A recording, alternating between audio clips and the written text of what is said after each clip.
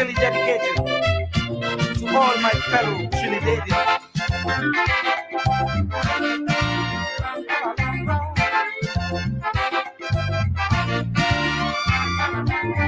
Trinidad has radiance, Trinidad is nice.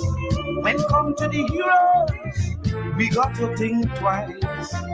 We got to learn how to bridge the gap, because there are people make us powerful on the map.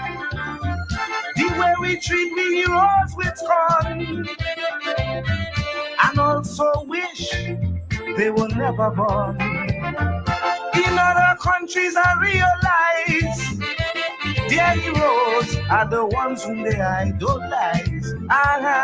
Jamaica very they got money to sing praise to their hero, but in my country we deliberately push the heroes below. Then we admire foreign culture we treat nowhere. No, we shouldn't treat our heroes so. No, no, no, no, no, no. We shouldn't treat our heroes so. No, no, no, no, no, no. We shouldn't treat our heroes so. Bang, bang, ba ba ba bang, bang, bang,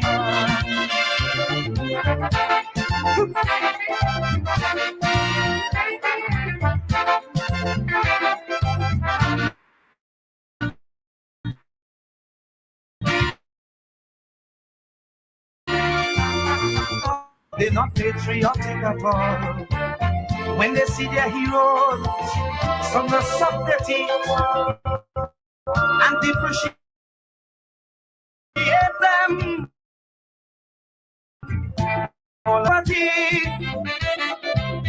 Yet we never had a state funeral for him. Although he was found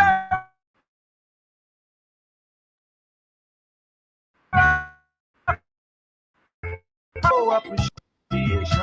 Did you want to demonstrator for the late Martin Luther and Jubal Butler? He fought for labor. We watch him die the pauper.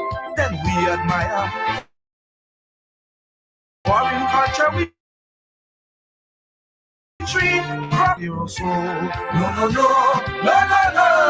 We shouldn't treat a hero so. No, no, no, no, no, no. We shouldn't treat a hero so.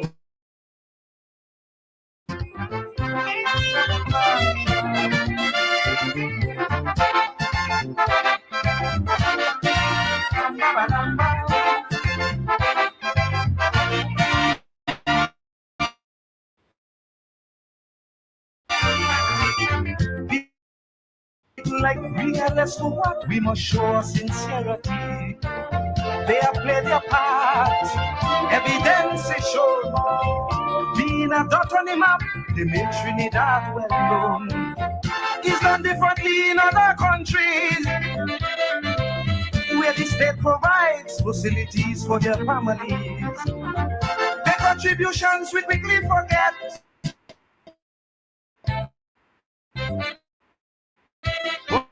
Only because we love we heroes as yet. Because they march for real for Socrates and Zico. But in my country, Chinapu and Sammy was never treated so. Italy praise Rossi, but in my country, you would call him a weirdo. We ought to know we shouldn't treat our heroes so. No, no, no, no, no, no. We shouldn't treat our heroes so. No, no, no, no, no, no. We shouldn't treat our heroes so. No, no, no, no, no, no. We shouldn't treat our heroes so. We try to destroy. We shouldn't treat our heroes so. The pauper, then we admire culture we treat proper so low. We ought to know we shouldn't treat our heroes so. No, no, no, no, no, no. We shouldn't treat our heroes so. No, no, no, no, no, no. We shouldn't treat our heroes so. Ba ba la ba dang bang bang ba dang ba dang bang bang.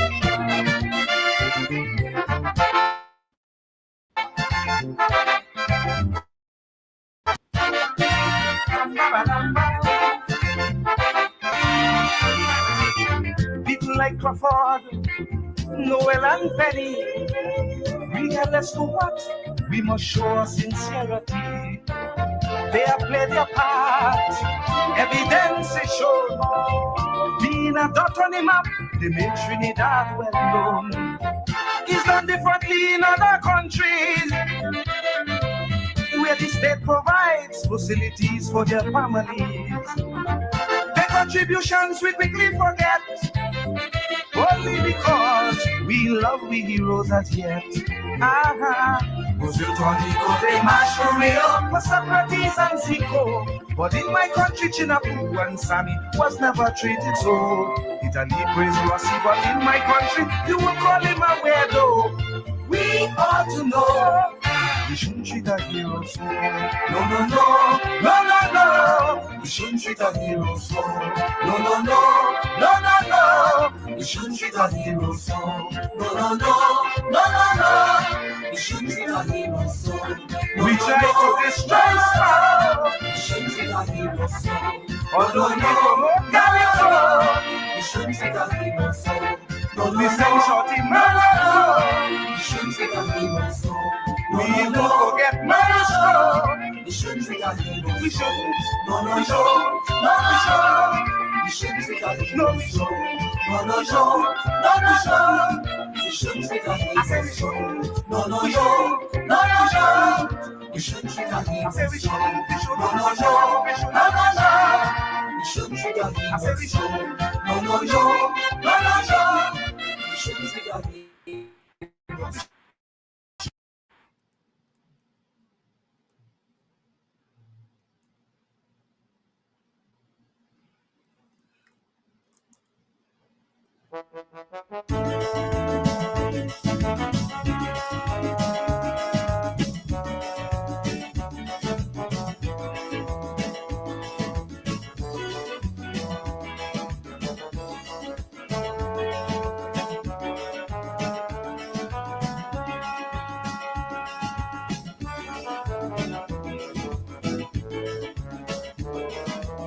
Every country, it seems, without exception, they have memorials and statues to blow your mind.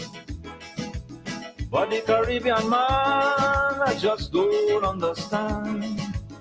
We don't have anything of that kind. We have a lot of history and plenty famous names, but like we don't want to talk about it. West Indians know about Daniel Boone and the Jesse James. It's time we start blowing we own trumpet. So I'm asking you, where are your heroes, Caribbean? I don't see many statues on your streets, and you have no replicas of famous figures, men like Walcott and Kitchie.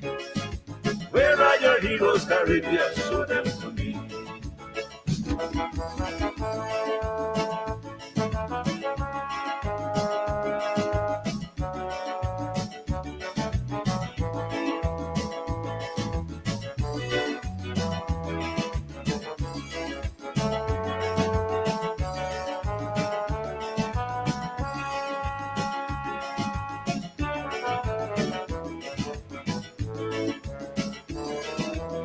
In the foreign countries, it's abundantly clear.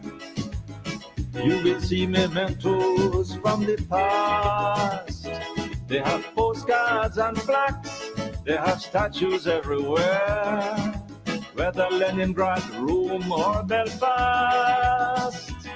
Mickey Mantle's name is enshrined in Yankee Stadium, 'cause he was really good with a baseball bat. An Olympic gold medal, Paisley Crawford won. Most of we already don't forget that. So I'm asking you, where are your heroes, Caribbean?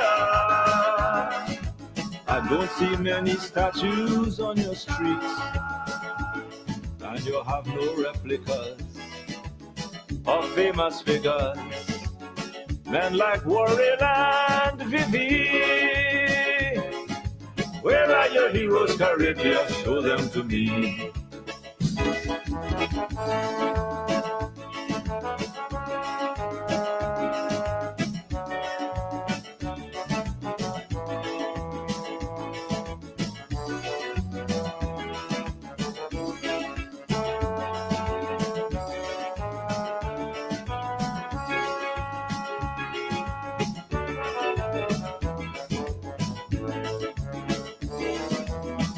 Guyana should be proud of the Hellenian Lance.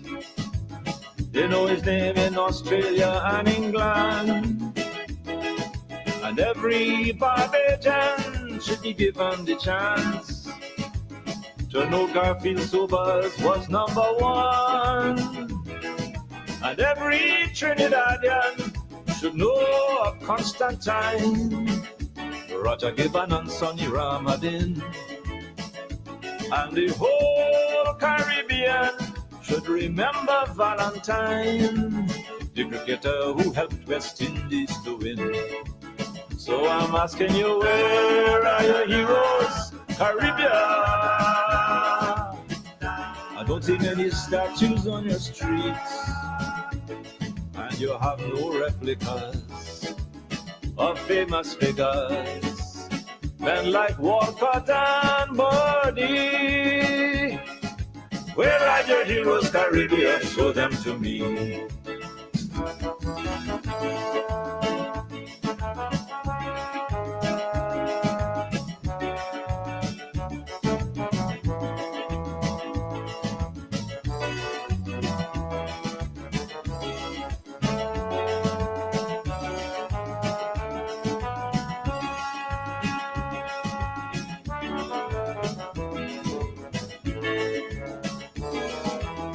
And if you go to Moscow, in one day you'll learn there's a building where all their heroes remain. And don't talk about London, every step, every turn is a page of English history retained. Lincoln died a long time ago in history, but he is known and revered by every Yankee. The great Eric Williams just died the other day. Look, we don't forget the man already. Man, I'm asking you, where are your heroes, Caribbean? I don't see many statues on your streets, and you have no replicas of famous figures. Men like Minshall and Sonny, where are your heroes, Caribbean? Show them to me. Yes, I'm asking you, where are your heroes, Caribbean? I don't see many statues on your streets.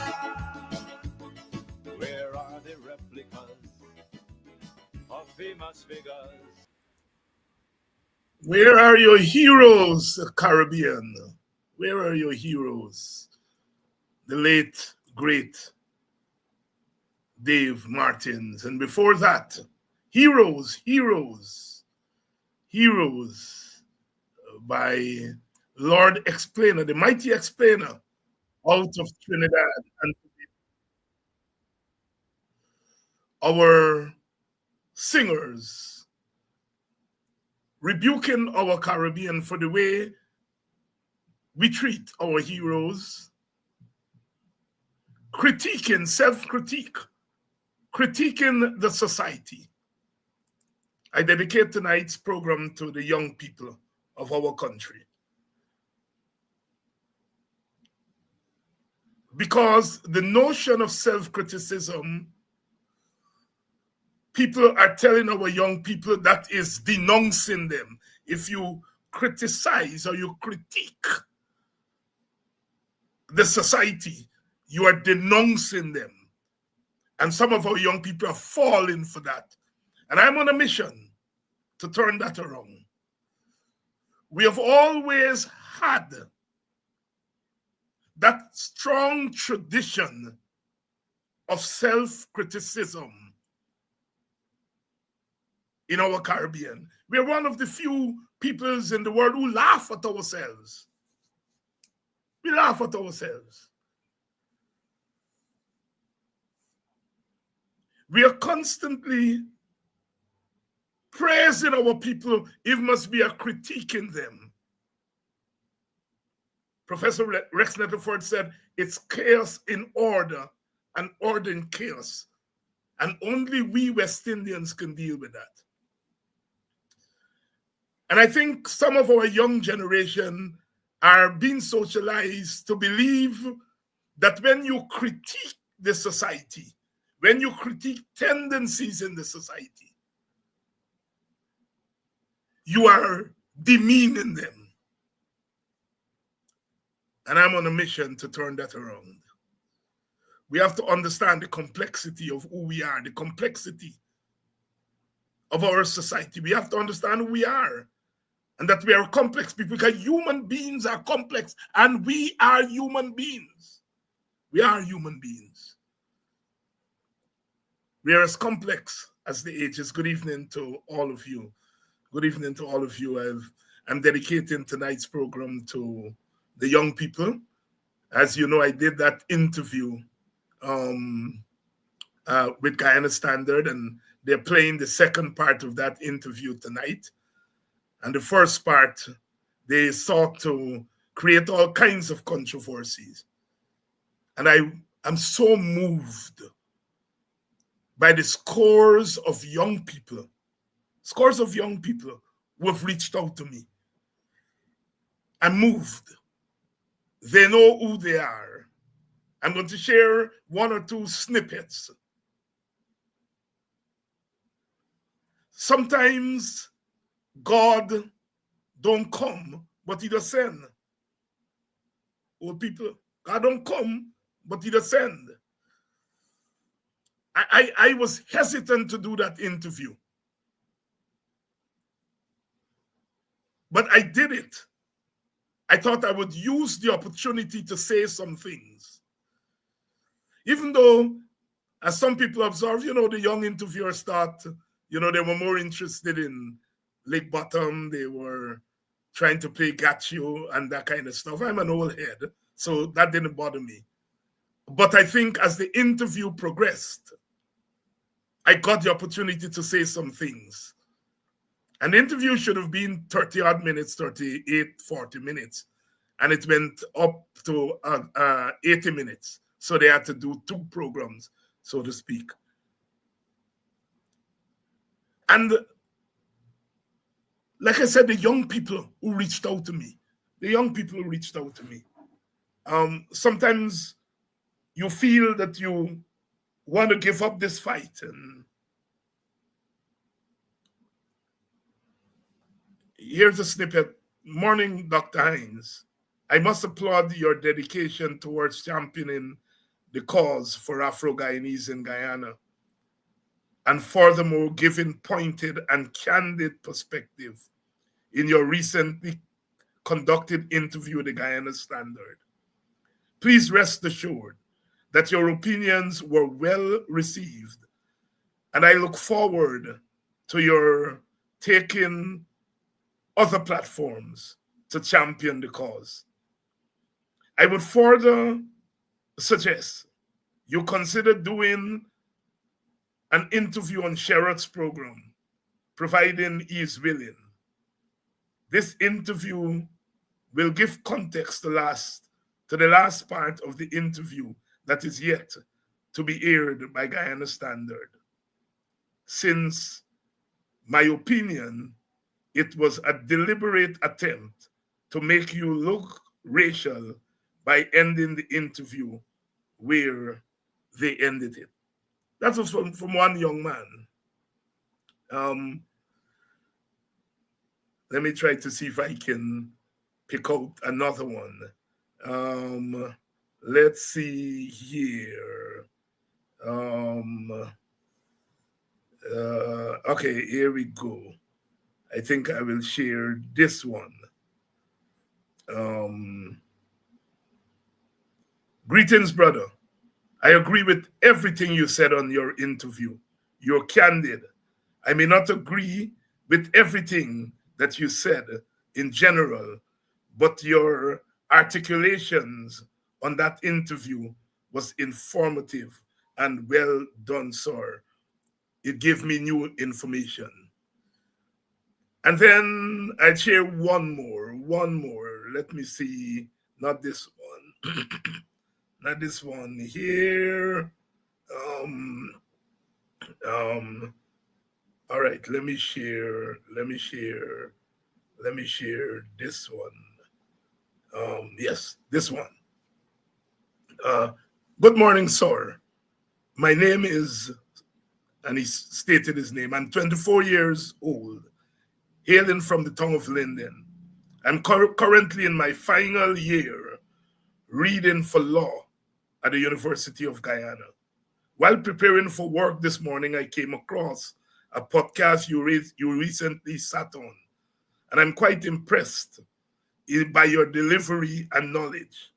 I would like to know if you do any lectures or courses, because I think the information you possess as a scholar, if shared, would not only make me quite knowledgeable, but also make me and other young people better Guyanese. Those are three of the many texts I got, and there are a whole set of others on social media because the young people are abuzz by this interview. Some reason, perhaps because it's for two young people who were interviewing me, and because young people are in the news, they are in the news, and so the young people are abuzz, and that was not my intention, but the young people have taken that interview, and they're mobilizing themselves. I let me just say at this point, a pastor contacted me a couple of weeks ago, and he said, Dr. Hinds, I want to do a course on Pan-Africanism. And I agreed to do the course. And in our discussion, he said perhaps we could recruit other people to do the course. I taught Pan-Africanism for 30 odd years. So it's not a new subject for me, not a new course. And we are recruiting, and I'm making it public here for those of you who would like to participate in a course on Pan-Africanism. We are going to do that course. I'm working on the syllabus right now, and then I will announce what time we will start. But I'm opening it up now to the public. It was my intention, of course, for us to work with the pastor, and then we said, well, why don't we get 2 or 3 other people? But now I'm opening it up. A course on Pan-Africanism. I met Pastor at the last rally we had in the Square of the Revolution, 2 days before before the election. And as I walked through the crowd, as I would usually do during the campaign and meet people and so on, the pastor came to me and he said, I listened to you tonight. I've always listened to you. And I want you to teach me Pan-Africanism. I want to do a course. And of course, we followed up. So I'm opening it up. You all can get in touch with me. My particulars are on the screen there. Inbox me if you would like to join that course. I think we're going to do it over a period of 6 to 8 weeks, perhaps meeting once per week. It would be virtual. So if you wish to participate on that course on Pan-Africanism, you can enroll for that course. And I will be doing similar courses as we go forward. Time, of course, is essence, but I will be doing courses on Black studies and Caribbean studies, on Guyanese studies. So I am now retired, as I've said here before, as a professor, but I will not stop teaching. And I am grateful to the young people again who have reached out to me these past couple of days And an interview, that interview um that I did, which has sparked so much discussion among the young people. I am I am grateful and I'm humbled. Let's see here. Let's see here. Oh,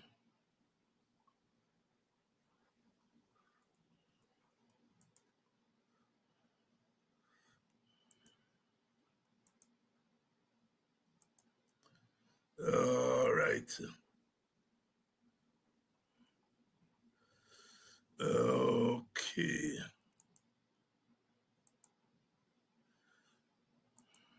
who we are having a fruitful discussion with. The first part of the discussion was posted on Wednesday, and this one, let's continue. Deal with their To what racial interests. extent do you think it is possible for an Indian man to adequately deal with the issues affecting Black people? He has to commit suicide. He has to commit ideological suicide. Okay. He has to become ideologically aligned with Black people. And I think African Guyanese, especially the younger people who've moved to win, they feel an ideological affinity with Muhammad. He's being demonized. Mm-hmm. He's being taken advantage of. Mm-hmm. They're treating him as though he can't read and write. And there's always been an impulse in our society to stand up with the underdog. I grew up in a Black community, and sometimes we had Indians at the front of the village, and sometimes them boys would be beating up an Indian boy.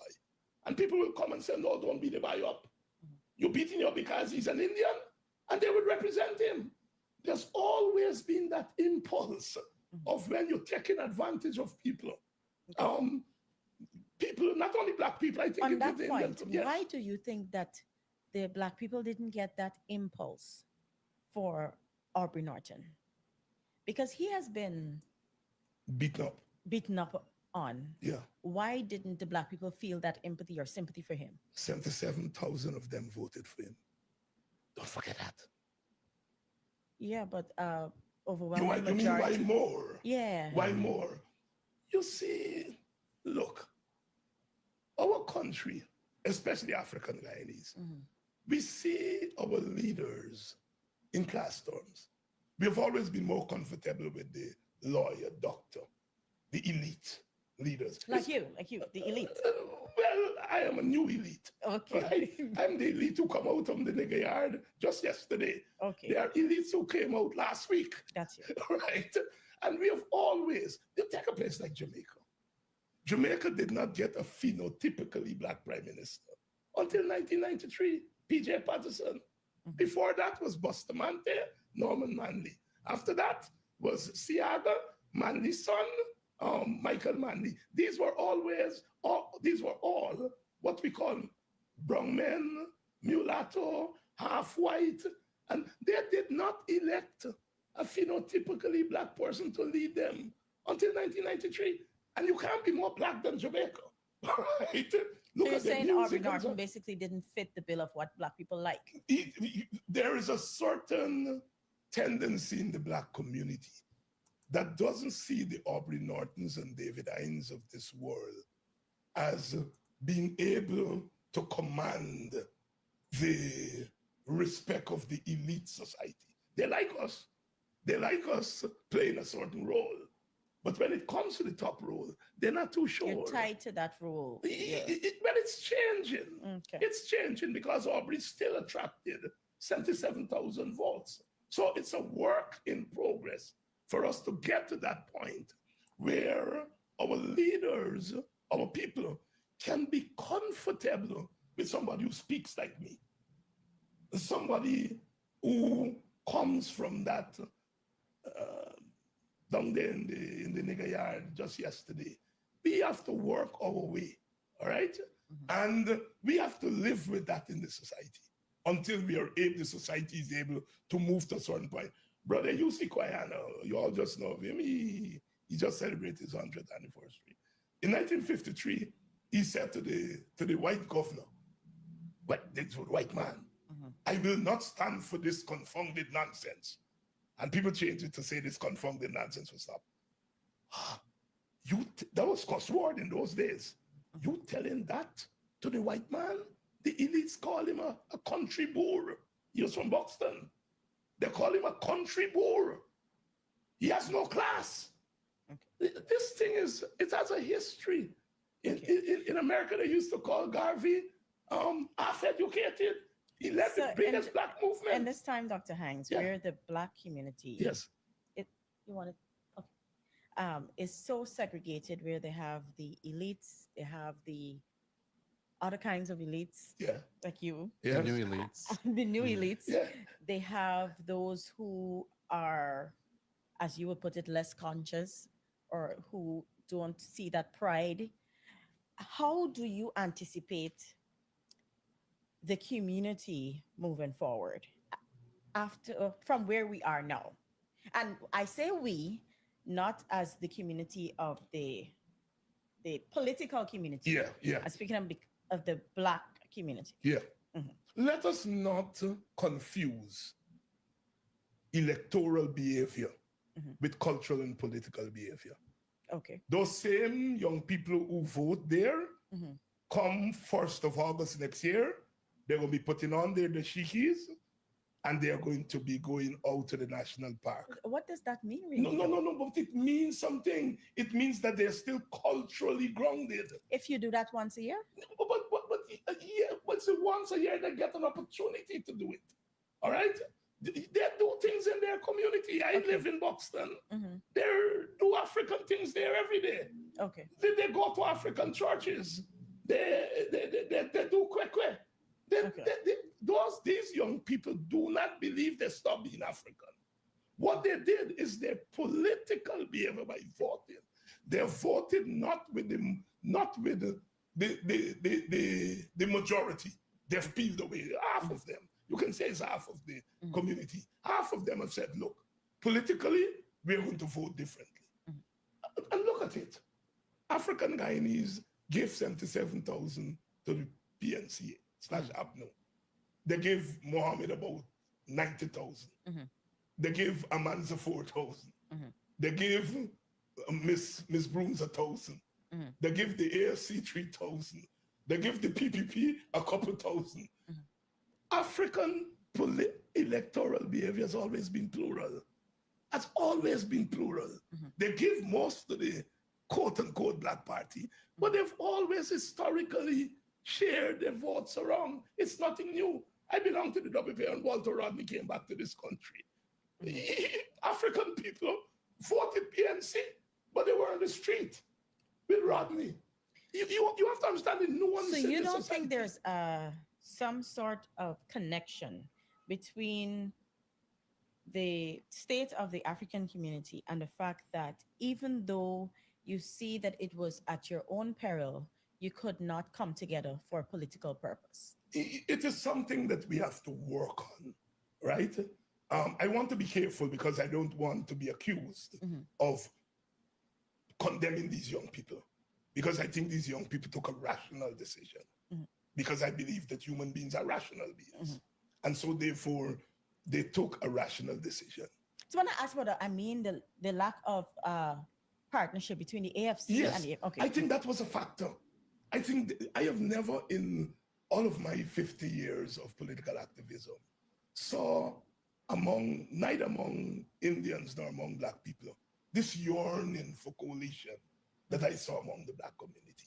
And I think the fact that we couldn't get a coalition and the fact that we behave so nasty and terrible, fighting for 65 and 85, I think a lot of young people basically say, you are the stupidness.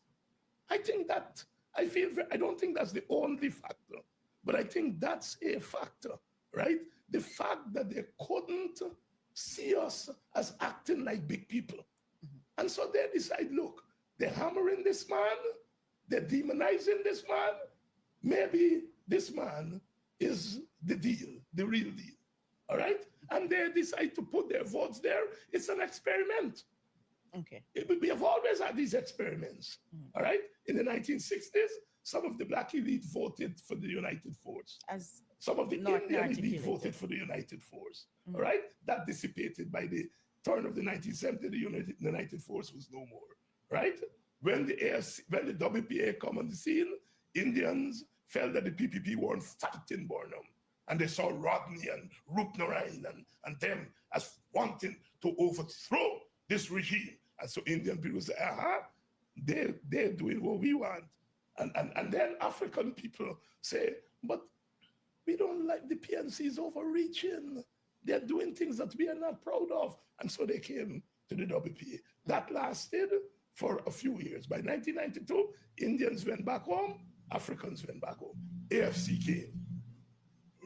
They had Mr. Truckman as their candidate. Mhm. Some Africans, not many, it was only 5 seats, 25,000, Mhm. moved and they voted for Truckman. Mhm. And then Ramjatan became the leader. The Africans went back to the PNC, APNU, and Indians came into the AFC. The AFC got 7 seats, 35,000. Not much. Mohammed has increased on that. He got 98,000 Africans, right? So what is shocking us is not the phenomenon. What is shocking us is the magnitude of it. Right. How do you expect him to move forward in his political career now, starting leading a party of black people, as you say? I don't know. It's new. It's new. And if I were to say that I know, I don't know. It's unfamiliar territory. And we will have to wait and see how he will do that. What is going to be the conversation between him and his supporters? What is going to be the dynamics between him and his supporters? I've already observed. I think he may have started on the wrong foot, right? In the sense that the first thing you're trying to do is to remove 3 opposition The commissioners who were nominated to the I think top. if you do a poll among the young people who voted for him, I don't think most of them will agree with that move. You see, you have to be sensitive. Yes, these people voted for you. You are now the opposite. But unless you think they stop being black, because what you are doing is saying, look, these 3 black men, I don't want them. Well, maybe he's Do you think replacing it's them with other black black men? people. Yes. And then he may replace them with 3 other black people, 2 of which will vote with the PPP commissioners. We don't know. We don't know. Yeah, but why is it that these are the ones that have to be the black people to be there? Why can't No, he? I am saying that he has a right to remove and put other black people. Mhm. I am not saying that he doesn't have the right or he shouldn't remove them and put other black people. But if you put 3 black people and one of them votes for the PPP, is that advancing the interests of your supporters? Mhm. No, it does not. So you have to be sensitive. But Your in the current support, hold makeup on. of the Your commission, supporters don't want the PPP. And you have to be careful that what you do don't go in that direction. 2 things. Yeah. One, in the current configuration of the commission, Yes. PPP doesn't need anybody to vote with them. Yes, they do. They are. Well, If you change the chair and you get a neutral this- chair. I said in the current in the configuration. right, but you have to think that the chair is not going to be there very long. And the Okay. PPP has to be sure that they have that extra vote. Okay. And because remember, if you have a new chair, it is the opposition who gets to give the president. So you're likely to get a chair that is friendly to the opposition. So the PPP is smart, yeah? They know that chair thing ain't gonna last forever, right? And so if they can get a commissioner from the other side to vote with them, they don't need a chair. And these are the things that I think Mohammed has to be sensitive to. He has to remember that his constituency don't like the PPP. That's why they give him the vote. Being the reality of Mohammed and his history, Yeah. why do you think that his supporters are so convicted that they don't like the PPP when Mohammed is basically fresh out of the PPP? They don't worry about that. Just as though they don't worry that the Americans charge you for smuggling. There's a way in which the present generation see things like corruption. They don't think is this big moral thing as my generation feel. You know, they make a distinction between the corruption of government officials and the corruption of an individual. A man gonna make money, a man gonna eat the bread. You hear that all the time. They are adamant against official corruption, thieving from the government. But if you, as they say, use your smarts and get rich, they're not. The present generation is not too offended by that. They're not too.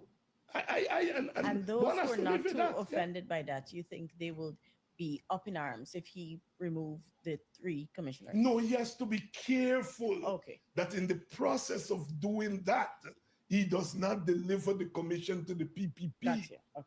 because his supporters wouldn't like that. Right? That's what I'm saying. That GCOM thing needs some more thinking through. Okay. All right? It's not something you should jump on right away because it has consequences going forward. What sort of relationship you have with the Mohammeds? I never met him. Okay. I've never met him, and I'm glad I've never met him Why? because I don't want to be associated with the things that he's associated with.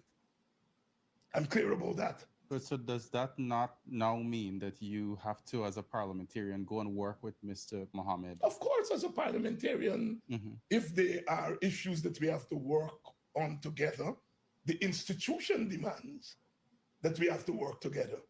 But I don't have to embrace this politics. When I came into this interview, the major clarification I wanted was what, well, I asked it whether there was a conflation of people, Black people who leave the PNC or APNU, because sometimes it seemed to a lot of the young people I speak to, Black folks too, that people who criticized some of those persons who left the APNU were saying that the only right way to be a conscious Black person is to support the party that's traditionally the Black party, and that you cannot support the PPP as a Black And be person. conscious. I do be not conscious. share that view. Okay, yeah. I do understand not that. share that view. People have imposed that view on me. I do not share that view. Okay. Do you like Nina Simone? I love Nina Simone to be young, gifted. Okay, no, because And- like I know she has a song, Misunderstood. Misunderstood, yes, that's one of her classics. Don't let me be misunderstood. Yeah, That's one of her. yes. No, I mean, Do you think you're generally misunderstood? my type, my tendency, is always misunderstood. The history shows that. Malcolm X, who today young people almost worship, in his time he was misunderstood. He used the term house slave. He was one of the first Black leaders Yes. to use that term. Yes. And they said he was a racist and so on. Dismiss him. Now he's a rock star. When I teach Black politics in the United States, and I teach all the Black movements, the first Black movement that the young people, 18 to 22, mostly identify with is the Black Panthers. Gun in hand, ready to shoot down honky and to do battle. Young people identify with a certain kind of swag, right? And so on, right? You have to And you go to swagless. yeah, you have to go to pains to sell them Dr. King. All right? They don't readily embrace the Dr. King. So what I'm saying is that when you are young, right, you're radical, right? I remember as a boy in Buxton, Walter Rodney and Clive Thomas and them would come to speak. And we boys and girls, we would want to hear Walter Rodney because he was, and so on. But the older men would come out from the back damn early when Clive Thomas came to speak. You say, why they want to listen to Clive Thomas? Later on, Clive Thomas was talking economics. He was talking cane farming. He was talking farming and the economy, their daily lives. And so it's not that they didn't want to hear Rodney, but Thomas and the economics of sugar was near and dear to them. All right? And so our type is always misunderstood. 40 years, 50 years from now, some people may look back and say, David Hines was right. You know what I mean? An Indian man stopped at the line top the other morning where I live there. And he came out, he said, Dr. Hines, I want to say something to you, but I hope you don't take it the wrong way. I said, what? He said, why Black people so stupid? I said, what do you mean? He said, they've left their own house and go vote for somebody else's house. And I said to him, you haven't offended me, but I don't believe they are stupid. He said, man, that time just stifle your conscience. He said, by the way, I wouldn't believe when Jack Dio said you was a racist, but now I will realize a sense you've been putting them black man head. So the Indian man is saying that don't only listen to young black people, listen to Indians and how they think about the black behavior. You'll be shocked. You would be shocked. It's interesting that he'll be so comfortable having such a conversation with you. If what? It's interesting that an Indian man would be so comfortable telling you black people stupid. But you heard what he said. I hope you don't take it the wrong way. Okay. Right? And I had to tell him, no, they're not stupid. They made a rational decision. But you see, that Indian man is now saying, well, if these young black people can stray, what about our young Indian people? I wonder if they're next. And Jack Dio said it.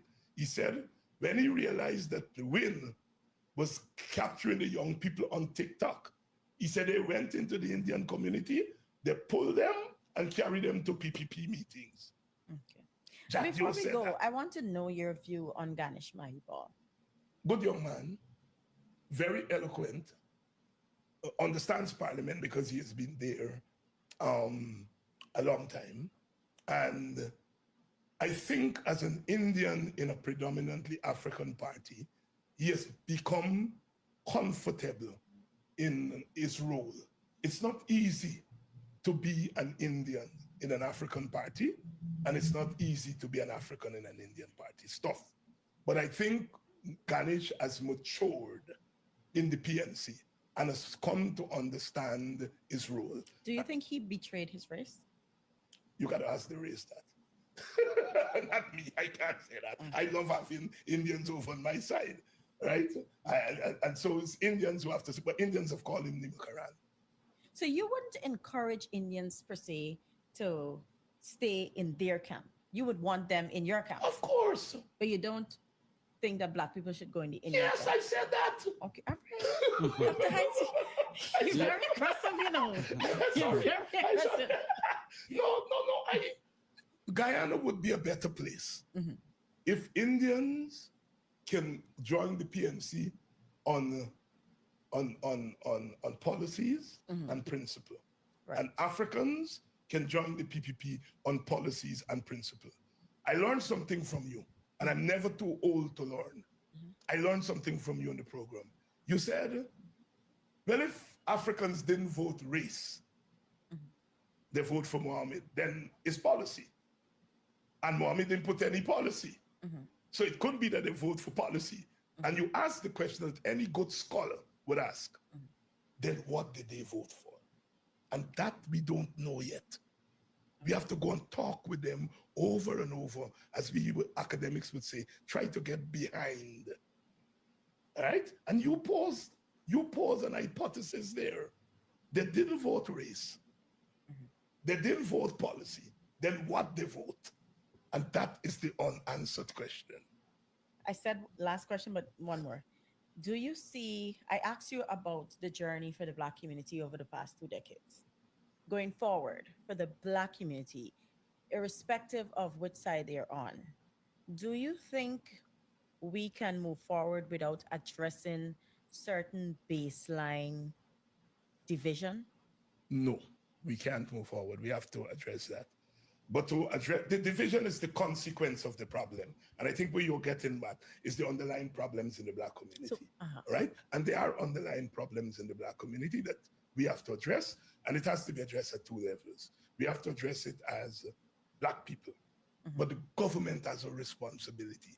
Whether that government is Indian, Chinese, Portuguese, Amerindian, the government has a responsibility to address this problem. The problem with the Africans is a problem of alienation, all right? And this is a consequence of slavery and colonialism. They're alienated from the society. They don't feel that this society has them in mind. When they hear development, they don't see themselves in it, all right? And so they're alienated from the society. And they then act in ways that are not part of the quote-unquote conventional way of acting, all right? And we have to address the underlying problem. That's what the United Nations has said. It has said in the international decade, I know it's the second decade, they've said that anti-Black racism still exists in societies around the world, despite laws that there's still anti-Black discrimination and racism, and they're calling on governments to correct that. Our government, when it went to the United Nations and they were asked pointedly, what policies have you put in place to deal with African alienation and discrimination? A Black minister said, oh, we have done policies for the people. He could not name one policy. 1 month later, the Amerindians had their United Nations session, and the Amerindian minister went there and she listed policy after policy that the government has implemented to deal with Amerindian alienation. So the underlying problems in the society is the alienation of the African. They don't see themselves in the mainstream. And so therefore, we African advocates, we have to deal with it, but the government also, because a lot of it is structural. I don't know that Jack Dio is a racist. I've never heard Jack Dio said, I believe in the superiority of Indians. But do you believe that the PPP oppresses Black people? I believe the PPP government policies have resulted in the further discrimination and alienation of the African people. The PPP is not a person, so they can't discriminate. It's an organization. And it's an organization that's made up of people of different races. So to say the PPP is discriminatory or the PPP is racist, you're giving the PPP the designation of a person. Okay, but it's the leaders of the party who make that policy that discriminates. Yes, and in that sense, they're embracing structural racism. Freddie Kissoon once said that Barry Jack Dio was what he called an ideological racist, and Jack Dio took him to court. Jack Dio, who called me racist every day, I should take you to court every day. Freddie Kissoon said he was an ideological racist. He took Freddie to court. What Freddie was actually saying is that you have embraced an ideology that has led to the further discrimination and marginalization of Africans. And he went to court. And I appeared as an expert witness because there are very few of us who have taught and studied race. And I appeared as an expert witness to explain to the court what race and racism are. And I was cross-examined by the great Bernard DeSantis, right? And I don't think I come out too badly, right? Freddie settled with Jack Dio out of court. So the case didn't go to its logical conclusion. And I am making that argument that I do not know that Jack Dio feel that Black people are inferior. I can't know that, all right? What I do know is that he presides over a government or successive governments that have done little or nothing to change the dynamics of the African Guyanese community and to bring them into the mainstream of wealth accumulation, into the mainstream of education accumulation. The dropout rate is 50% in high school of all Guyanese, and I rather suspect it's higher in the Black community. And as a government, you have done nothing to stop that. In fact, your policies are leading to further militarization of African. In that sense, you are an ideological / structural racist, or you're embracing structural racism. But I don't know at the level of the individual whether you're a racist. I don't know that. I can't know that. But you obviously know that I am a racist because he's either doesn't know what the definition of racism is, or he's being willful. Okay. But I will not call him a racist because I don't know that. Thank you, Dr. Hanks. If you allow me to close with one more question. A Partnership for National Unity, it started out as a multi-party coalition that had multi-ethnic appeal. Would you say that the parties in the APNU and the relationships have stripped away to a point now when the APNU is no longer seen as a multi-ethnic party, but as a Black party? Just the APNU is not a party, as you started out by saying. A partnership. It's a partnership coalition of parties. And the APNU was not multi-ethnic. It was the APNU AFC that was multi-ethnic. It was the AFC that brought the Indian votes into the 2015, not the APNU. All right. So the APNU was never multi-ethnic. It was multi-party. It was multi-ideological, right? In the sense that you had the PNC, you had the WPA, you had the Justice Party, you had the NFA, and so on. You had GAP in those early days. So it was multi-party, it was multi-ideological, but not multi-ethnic. It's when we joined with the AFC that the AFC brought the Indian ethnic component that made the coalition then multi-ethnic. And so the APNU, what is left of the APNU is really the PNC and the WPA. You have not the NFA is still there. Brother Sheikh, he's going to be Sheikh Yassin. He's represent Kit Scott Party, right? And he's representing that party in the regional thing, not nationally. But the AFC, the APNU has always been really PNC and WPA for the most part. The other parties were there, but those were the two discernible parties. And the APNU, the WPA is not part of the APNU. No, it No, isn't. we have not rejoined the APNU. So what The happened? APNU here was an electoral coalition. Oh, An electoral coalition. So for electoral purposes, we use the APNU name brand. PNC doesn't have the same name brand as APNU. The WPA doesn't have the same. You ask. so in Parliament, you're representing APNU. I'm representing two formations in Parliament.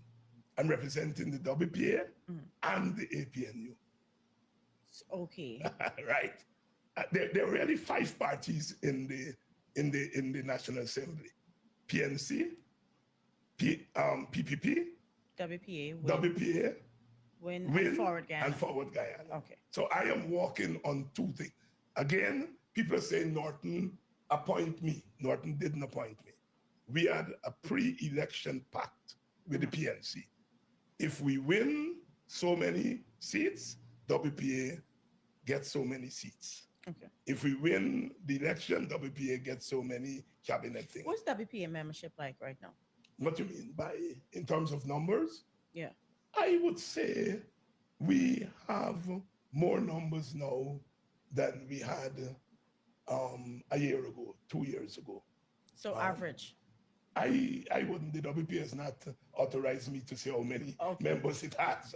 And so I wouldn't think, but and your decision to join with the APNU banner to go into the election, that was done in consultation with your members? Yes, yes. Why do you presume it was easier for you guys to reach a decision as opposed to the AFC that had to also consult with their members? Well, I don't want to compare with AFC, but I can tell you why it was easier. Because ultimately we felt that the PPP has taken this country down a dangerous path that needs to be stopped.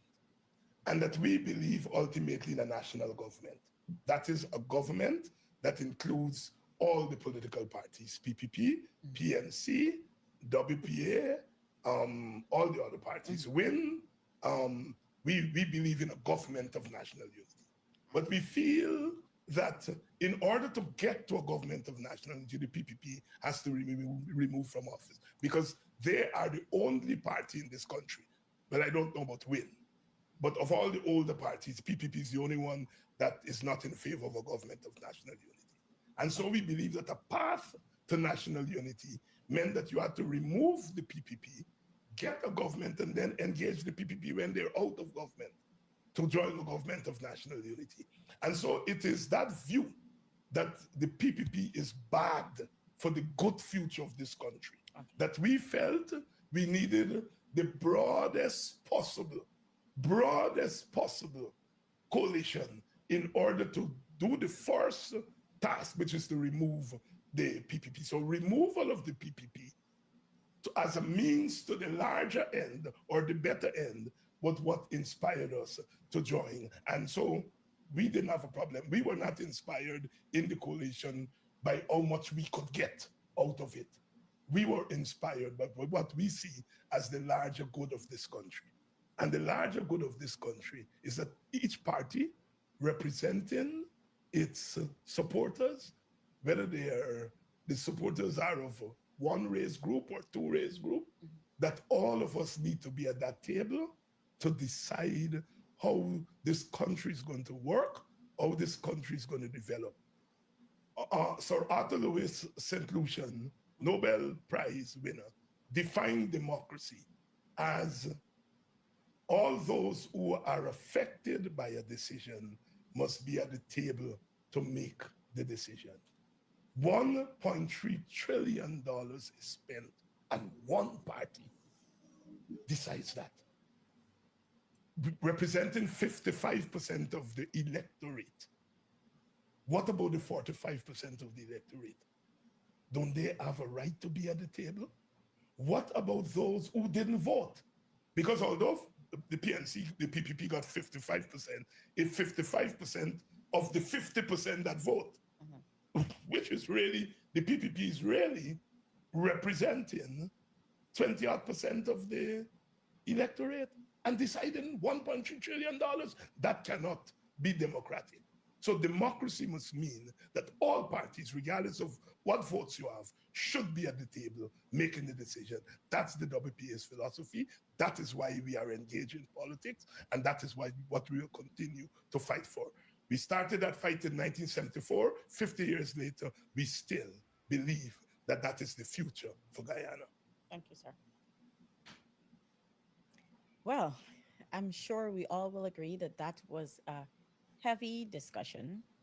Thank you for being here with us, Dr. Hinds. I know that we touched on some sensitive topics, and I would like to hear from you, our viewers, about how you feel and if you agree with some of the things discussed here.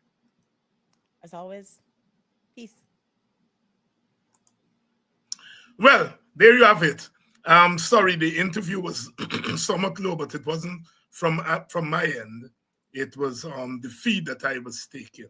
But you can go on the Guyana Standard website and see the interview. So after all the big confusion over my statement at the end of the first interview that he must commit suicide, unless you thought that I'm stupid, unless you thought that I'm not human being, unless you thought that I'm uneducated, you would wait to hear those who jumped to a conclusion that I was saying that Muhammad got to take his life to heal black people.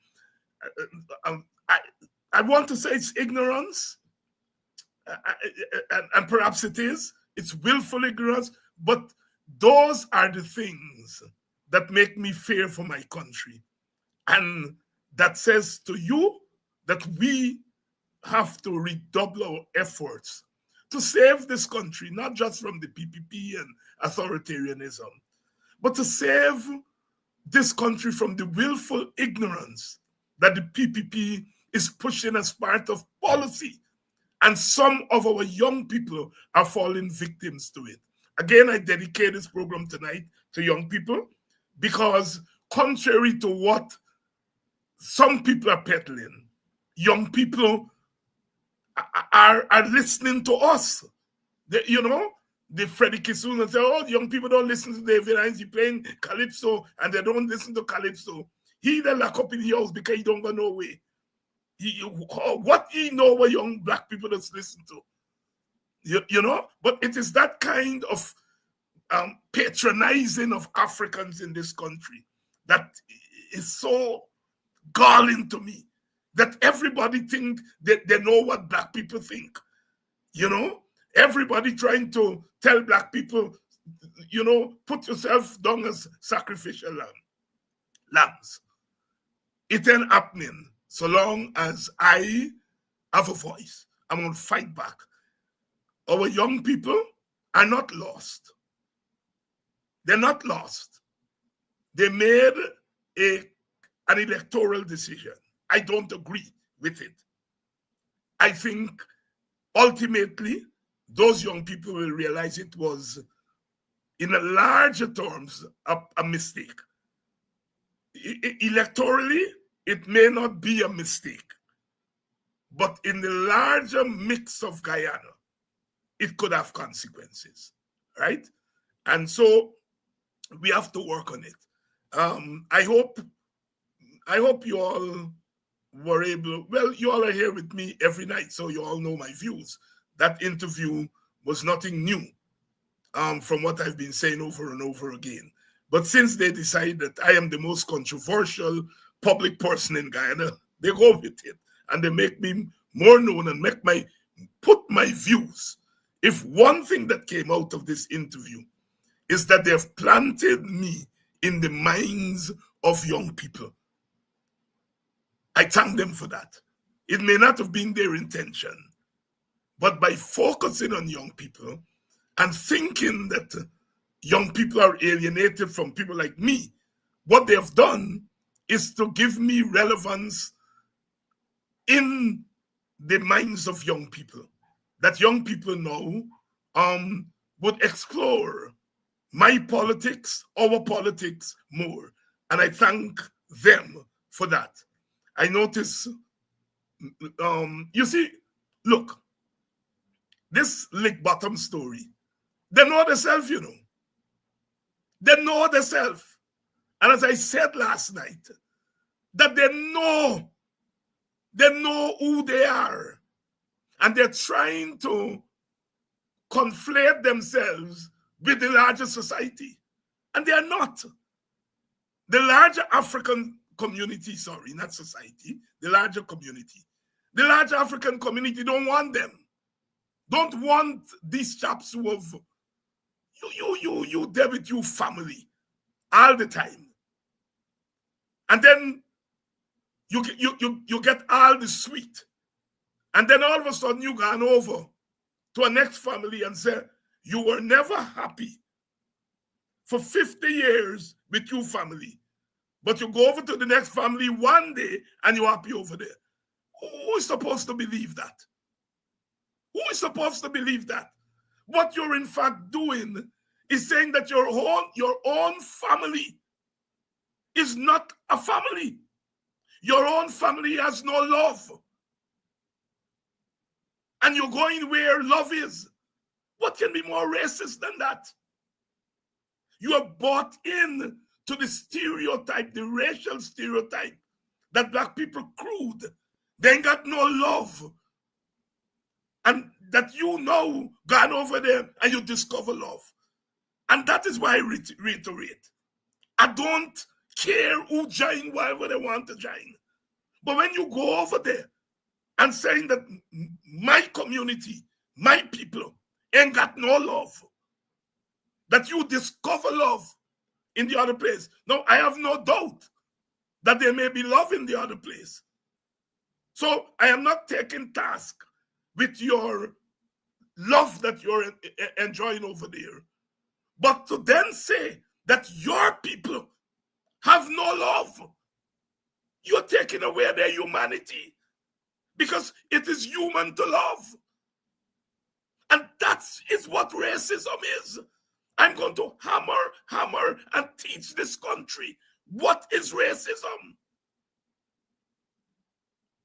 You go over on the other side. You may find some love over there. So I'm not contesting that, because those people over there are human beings. And I'm sure they have love. But to then say that your mama who gave you birth, who raised you, who scrub your skin, dig out wax from your ears, take out bubble from your eye, make you who you are, that she got no love, that is what I'm calling lick bottom. That you feel you have to grovel over there. And that's where the term ass licking and lick bottom come from, is the way the African or the Indian or the Portuguese or the Amerindian who grovels once he or she goes over to the other side. Your people have no love. You never feel love in the PNC as you're feeling in the PPP. So the PNC is not a piece of wood. The PNC is made up of people, members, supporters. And you find no love? Come on. And that is what I'm fighting. I'm fighting, if you want to go where, go where. Go where. If you feel that that's better for you. But don't when you go where, then say, where you come from, ain't got love, ain't got soul, ain't got humanity. And that is the anti-black racism that is becoming so seductive to a small group of African, mostly young people, but not all young people, mostly men, but not all men. That is what we have to fight against. Not people going, because some of them will go and they're going to come back. The other people just go and come back. So it's not the going that is the problem. It's having gone. Having gone. What you are saying about your own mama, your own daddy. Huh? So here we are, brothers and sisters. The struggle continues. And we are going to continue to do this and do this because we got the future of this country. And I thank all those young people who looked at the program and are feeling that the program opens up for them new ways of engaging our society, new ways of engaging the world.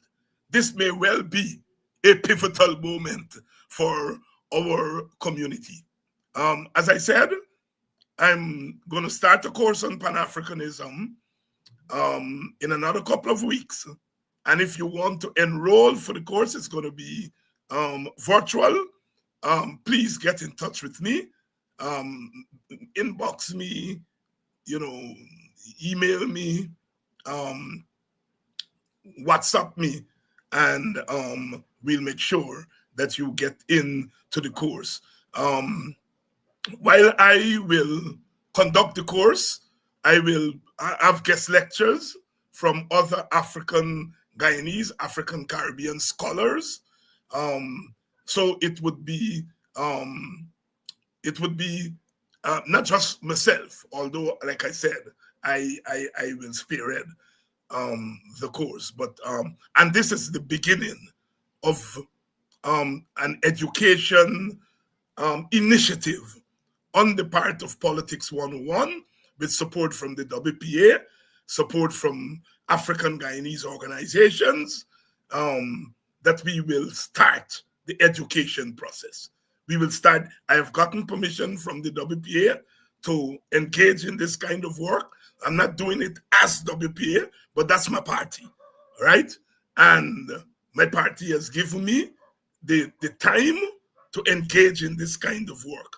I'll be doing it under the auspices of Politics 101, and we are going to take it from there. I'm going to enlist the participation of other scholars and activists to serve as instructors on these courses. So we start with Pan-Africanism. Those of you, please enroll for the course. I'll see you all next week. For those of you who are Black conscious, we are mourning the loss of Asante Shakur, one of the iconic voices of our time. Yesterday, she went back to the ancestors. Those of you who are acquainted with African and Black diasporan voices, She was a founder member of the Black Panthers, the Black Liberation Army. She was hunted out of the United States, and she was given a home in Cuba. Was given a home in Cuba. I think she has been there from 1984. She was given asylum in Cuba. Those of you who know Tupac Shakur will know the relationship between the two. Asante Shakur, one of our great personalities in contemporary African diaspora struggle for justice, has gone back to the ancestors. May she find her place and continue her work in the great beyond. We who are left must become more Shakurs and keep the fire burning. A little more oil in my lamp, keep it burning. A little more oil in my lamp, keep it burning till the break of day. It may be stormy tonight. The winds may be howling. The thunder may be rolling, but joy cometh in the morning. And there is always a morning beckoning. We shall overcome. We shall overcome. We will overcome, because the will to overcome is part of who we are. It's part of who we are. And we are what we are. And that's the way it's going to be. Have a good weekend, and we'll be back on Monday.